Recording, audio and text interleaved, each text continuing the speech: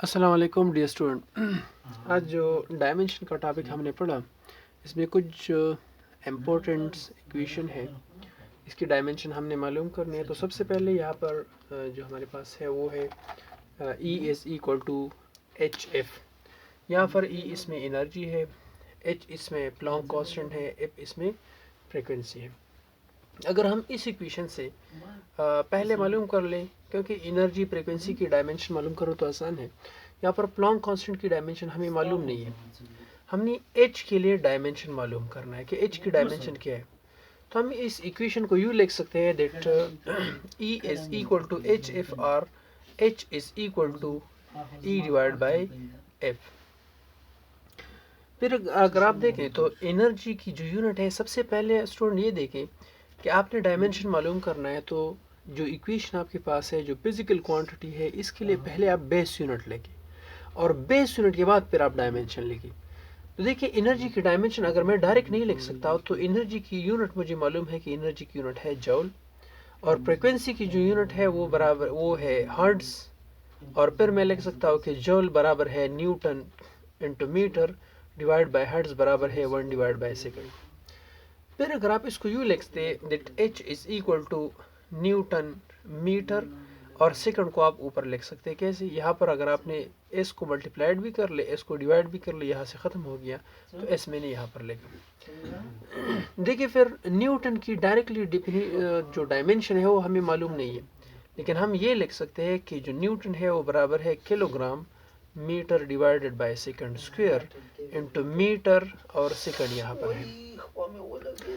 अब देखिए, यहाँ पर ये सेकंड इस सेकंड स्क्वायर के साथ कैंसिल हो जाएगा। फिर आप लिख सकते हैं H is equal to kilogram metre square divide by second. फिर आप ये देखिए कि kilogram is the unit of mass, तो इसके लिए आप डायमेंशन लिख सकते हैं एम।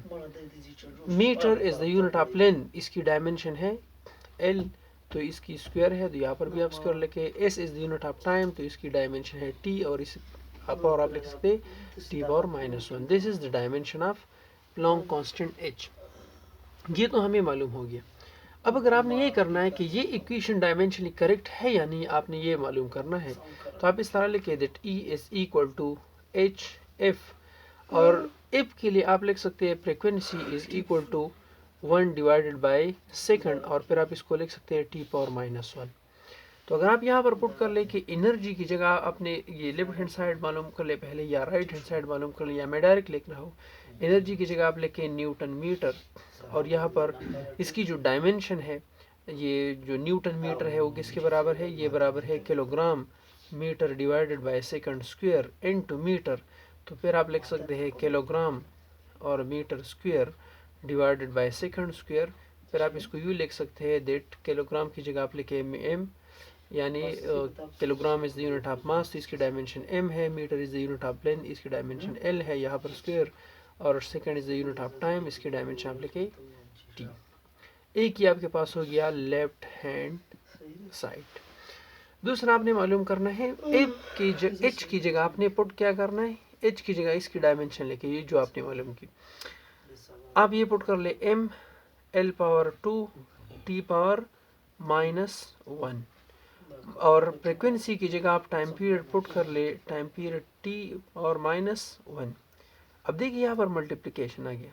तो हमने पहले लेक्चर में ये कहा कि डायमेंशन को हम मल्टीप्लाइड कर सकते हैं, डायमेंशन को हम डिवाइड कर सकते हैं, लेकिन डायमेंशन को हम ऐड नहीं कर सकते, डायमेंशन को हम सब्ट्रैक्ट नहीं कर सकते। तो इसको मल्टीप्लाइड कर सकते हैं।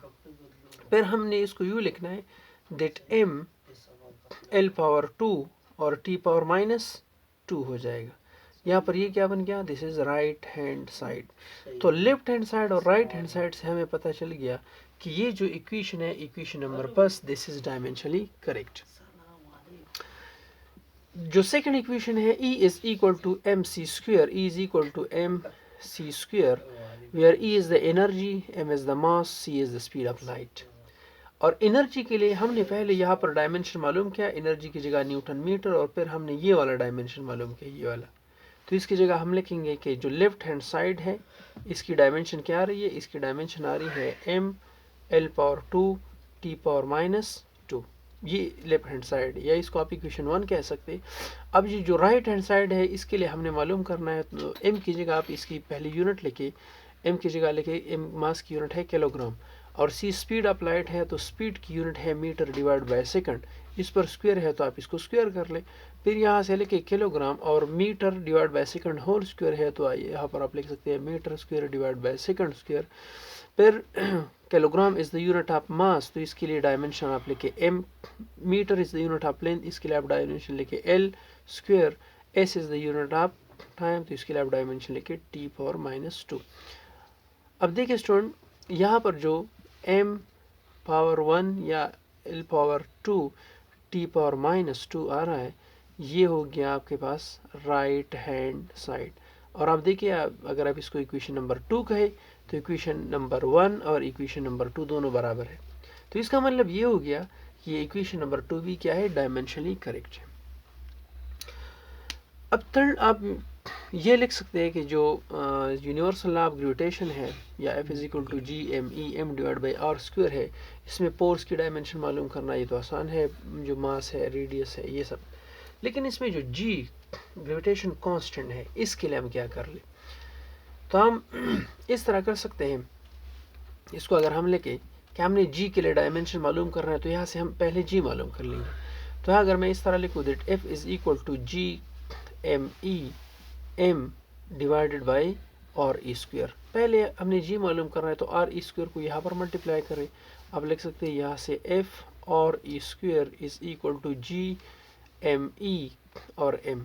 फिर इस एम ई और एम यानी मास ऑफ द अर्थ और मास ऑफ द ऑब्जेक्ट दोनों पर इक्वेशन को डिवाइड कर ले, तो यहाँ से आएगा F R square divided by M E M is equal to G. अब डायरेक्टली हम कैसे लिखेंगे कि जी की डायमेंशन क्या है, तो पहले इसमें यूनिट पुट कर ले, इसकी जो बेस यूनिट है वो लिखे, तो फोर्स की यूनिट है न्यूटन, और जो आर है दिस इज डिस्टेंस, तो डिस्टेंस की यूनिट है मीटर, इस पर स्क्वायर है, ये भी स्क्वायर कर ले। मास ऑफ द अर्थ ये भी किलोग्राम में है, ये दूसरा भी किलोग्राम में है, तो आप यहाँ से लिख सकते हैं that newton metre square divided by kilogram square. अब न्यूटन फिर लेके कि न्यूटन हमारे पास बराबर है kilogram metre divided by second square, and to metre square भी इसके साथ है और किलोग्राम स्क्वायर ये भी इसके साथ है।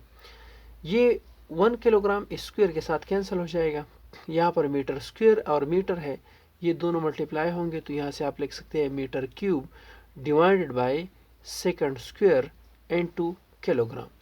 फिर आप जी के लिए डायमेंशन लिख सकते हैं, ये अगर आप इस तरह लिखे कि किलोग्राम है तो चलो फिर इसको रीअरेंज कर ले। So kilogram power -1, metre power 3 और सेकंड पावर -2। फिर kilogram is the unit of mass, तो इसके लिए आप लिख सकते हैं m power -1। m is the unit of length, तो इसके लिए आप लिख सकते हैं l power 3। s is the unit of time, तो इसके लिए आप लिख सकते हैं t power -2। So now this is the unit of gravitation, universal law of gravitation constant जो g है, ये इसकी हो गई डायमेंशन। इसके अलावा एक और इम्पॉर्टेंट जो इक्वेशन है वो आप लिख सकते हैं that P V is equal to N R T. तो यहाँ पर देख लें, अगर यहाँ हम इसको प्रूव कर लें that P V is equal to N R T, यहाँ पर हमने मालूम करना है और के लिए डायमेंशन कि जो आइडियल गैस कांस्टेंट है ये किसके बराबर है।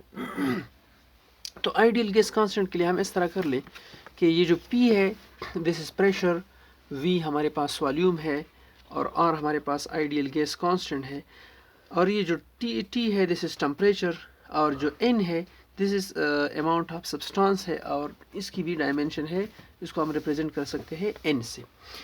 तो देखिए, अगर हमने R के लिए डायमेंशन मालूम करना है तो इसको हमने लिखना है R is equal to P V divided by N और T। So R is equal to P की जगह, ये P प्रेशर है और V वॉल्यूम है, तो P की जगह हम लिखेंगे कि प्रेशर की यूनिट है पास्कल, और V वॉल्यूम है तो वॉल्यूम की जगह हम लिख सकते हैं मीटर क्यूब, और N ये अमाउंट ऑफ सब्सटेंस है और इसकी डायमेंशन है N। और टी टेम्परेचर है और इसकी जो डायमेंशन आ रही है वो आप लिख सकते हैं थीटा, यहाँ पर आप लिखे थीटा। तो फिर आप यहाँ से लिख सकते हैं कि प्रेशर की जगह आप लिखेंगे पोर्स पर यूनिट एरिया, और ये मीटर क्यूब अपनी जगह पर आएगी, यहाँ पर एन अमाउंट ऑफ सब्सटेंस और थीटा अपनी जगह पर आएगी। सॉरी, लेकिन अगर आप ये पुट कर ले, क्या आपने ये पुट करना है कि ये 1 हमारे पास 1 मोल है, 1 मोल है, तो फिर एन लिखने की ज़रूरत नहीं है, फिर आप एन ना लिखे तब भी सही है।